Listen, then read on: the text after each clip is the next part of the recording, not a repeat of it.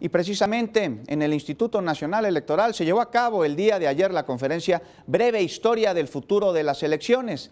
En esta conferencia participó John Kane. Él es catedrático de la Universidad de Sydney y dijo que hay un desencanto ciudadano por los procesos electorales y que debido a esto, a la corrupción y al populismo en la que se ven envueltos candidatos y gobernantes, pues existen muchos riesgos y retos para la democracia en México y también en el resto del mundo.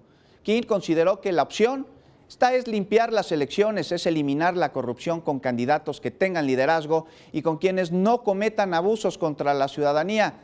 ¿Pero cómo lograrlo? Bueno, el catedrático afirmó que una tendencia hacia el futuro es la democracia monitoreada, la cual definió como una red que vigile la actuación de las instituciones, esto de forma permanente y pública. Y continúa en el paro en la Escuela Superior de Ingeniería Mecánica y Eléctrica Unidad Azcapotzalco del Instituto Politécnico Nacional. Le informo que integrantes de la comunidad estudiantil y docentes se reunieron el día de ayer en una asamblea afuera del plantel. Ahí discutieron las condiciones para levantar el paro de labores que iniciaron el pasado 9 de junio.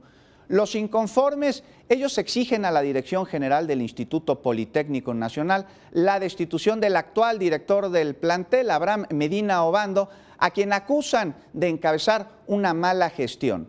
Los paristas dijeron que esperarán la respuesta de la Dirección General. En tanto, mire, si usted transitará por la zona de la Unidad Zacatenco, tome sus previsiones, ya que se prevé una marcha del Metro Ferrería a la Unidad Zacatenco como parte de las acciones de presión que ejercerán para la pronta destitución de Medina Obando.